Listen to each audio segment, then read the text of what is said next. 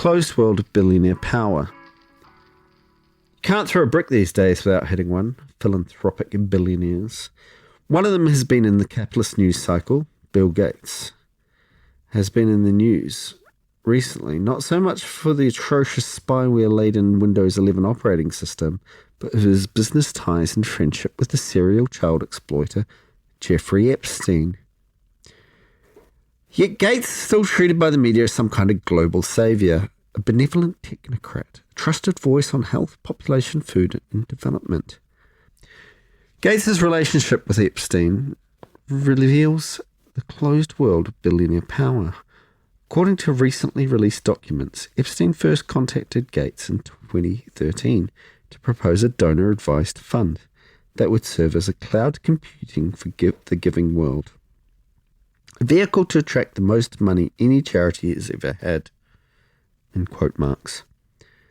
Over 18 months, Gates' family office, head and foundation general console, engaged in extensive correspondence with the convicted sex offender about his charitable vehicle. But here's the thing. What did the world's second wealthiest individual require? Introductions to wealthy donors from a registered sex offender? The answers lie in understanding that billionaire philanthropy operates not as charity, but as a mechanism of class consolidation, an exclusive club, and you're not in it, where the extraction of surplus value is celebrated through tax advantages.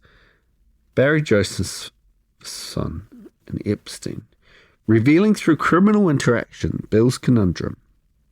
What do we do about the poor? And we know exactly what they discussed in an email exchange. Epstein wrote to an associate, "I've been thinking a lot about that question that you asked Bill Gates. How do we get rid of poor people as a whole? And I have an answer/comment regarding that for you." The document provided, dated 3rd of February 2011, showing correspondence between Jeffrey Epstein and Barry Josephson. This is what they talk about on the island. This is what billionaire philanthropy really means. The population, a problem? Gates believed that the problem isn't over-extraction, capitalism, or the profit motive. Greed, billionaires don't concern him. Instead, he sees African birth rates as a threat to global capitalist progress. He stated in a TED Talk that he wants to reduce the global population by 15%. The Gates Foundation 2024 budget totals $8.6 billion, with family planning separate from the $8.3 billion for fertility management. Gates pledged $100 billion for this on World Population Day, not International Women's Day. Fertility management in the Gates Foundation has its own budget and targets $150 million for 2024 and $143 million for 2025.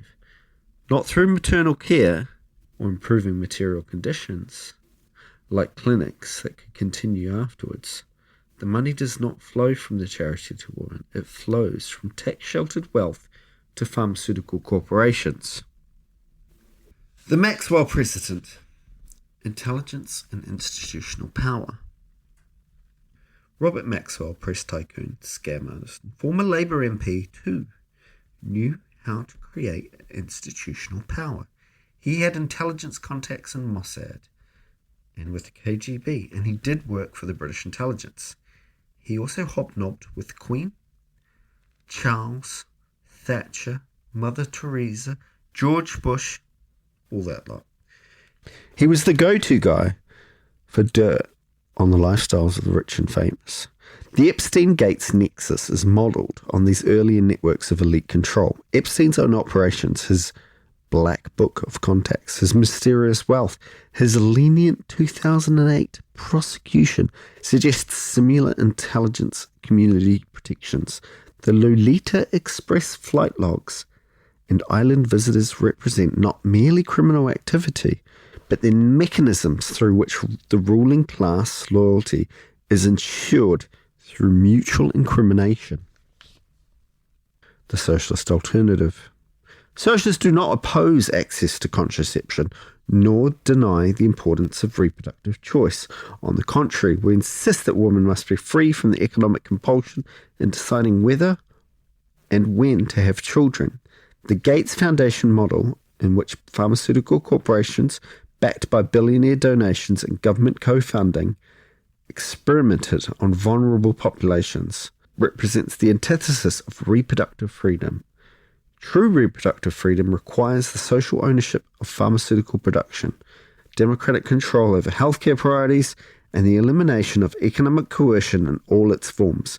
When contraceptives have developed through producer-controlled research, distributed through publicly accountable health systems, and provided as genuine choices rather than population control measures, then we will have achieved something worth calling family planning.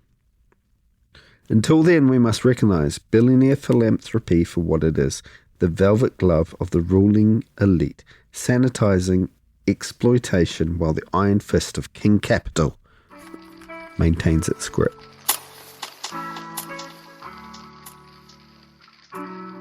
You have been listening to World Socialist Radio, produced by the Socialist Party of Great Britain.